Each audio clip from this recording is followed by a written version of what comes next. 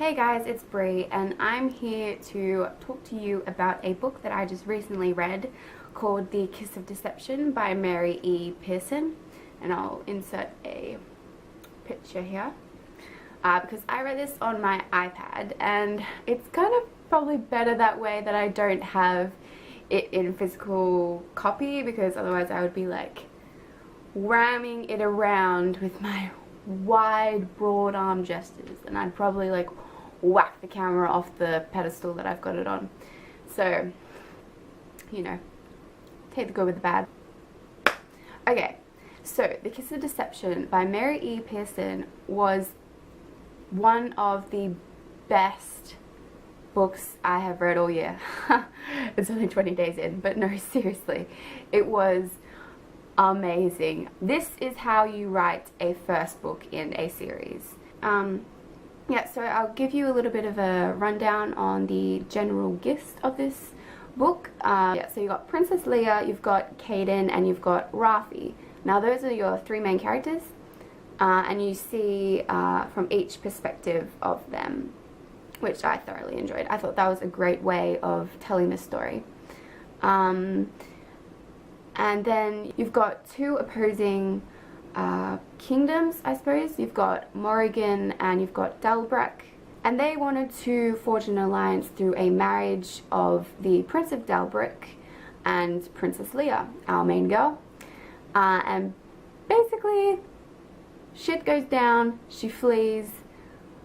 She goes away with her best friend Pauline. They escape to a village and they kind of forge a new life by themselves.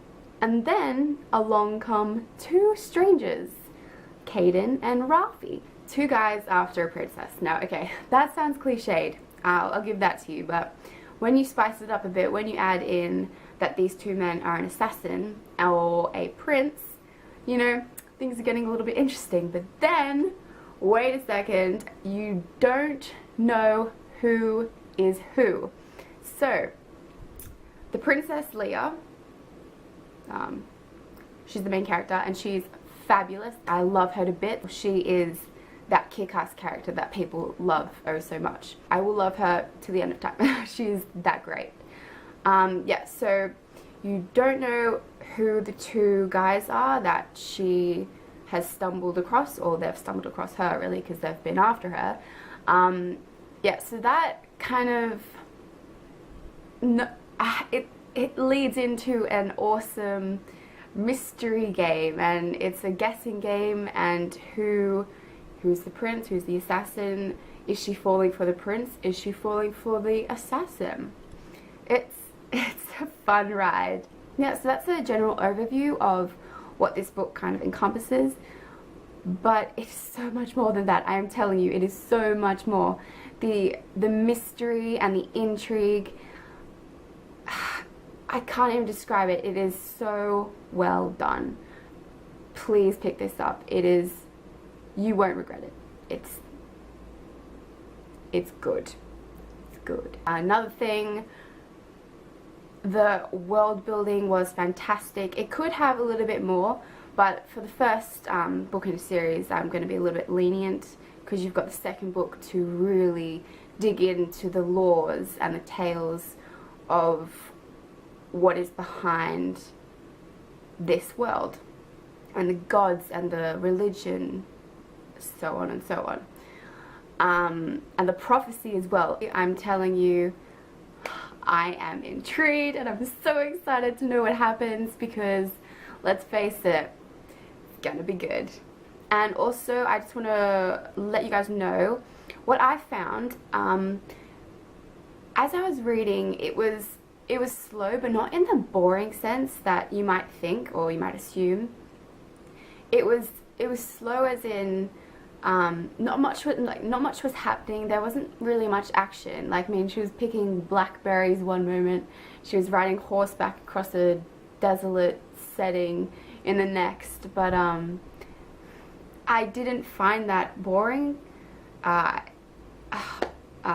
Matter of fact, I found it just as fun as if she was like going having a match, a showdown against, I don't know, a billion barbarians. There's never a dull moment. The internal monologue is fantastic. It's exceptional. I haven't come across anything in a while that's quite as it's sophisticated. It's quite sophisticated language for YA literature, I found, which I appreciated a lot.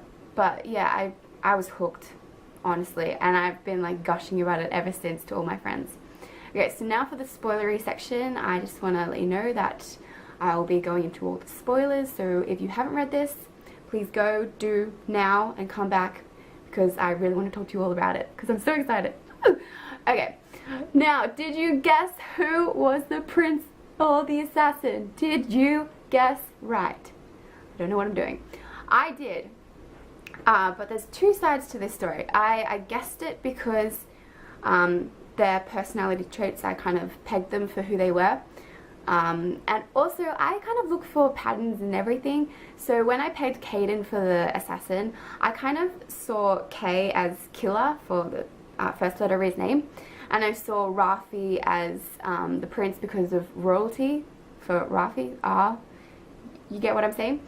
Yeah, so I kind of saw that, and then that kind of helped me establish who they were from that. But then I thought it was too obvious that Princess Leia would be falling for Rafi, the prince.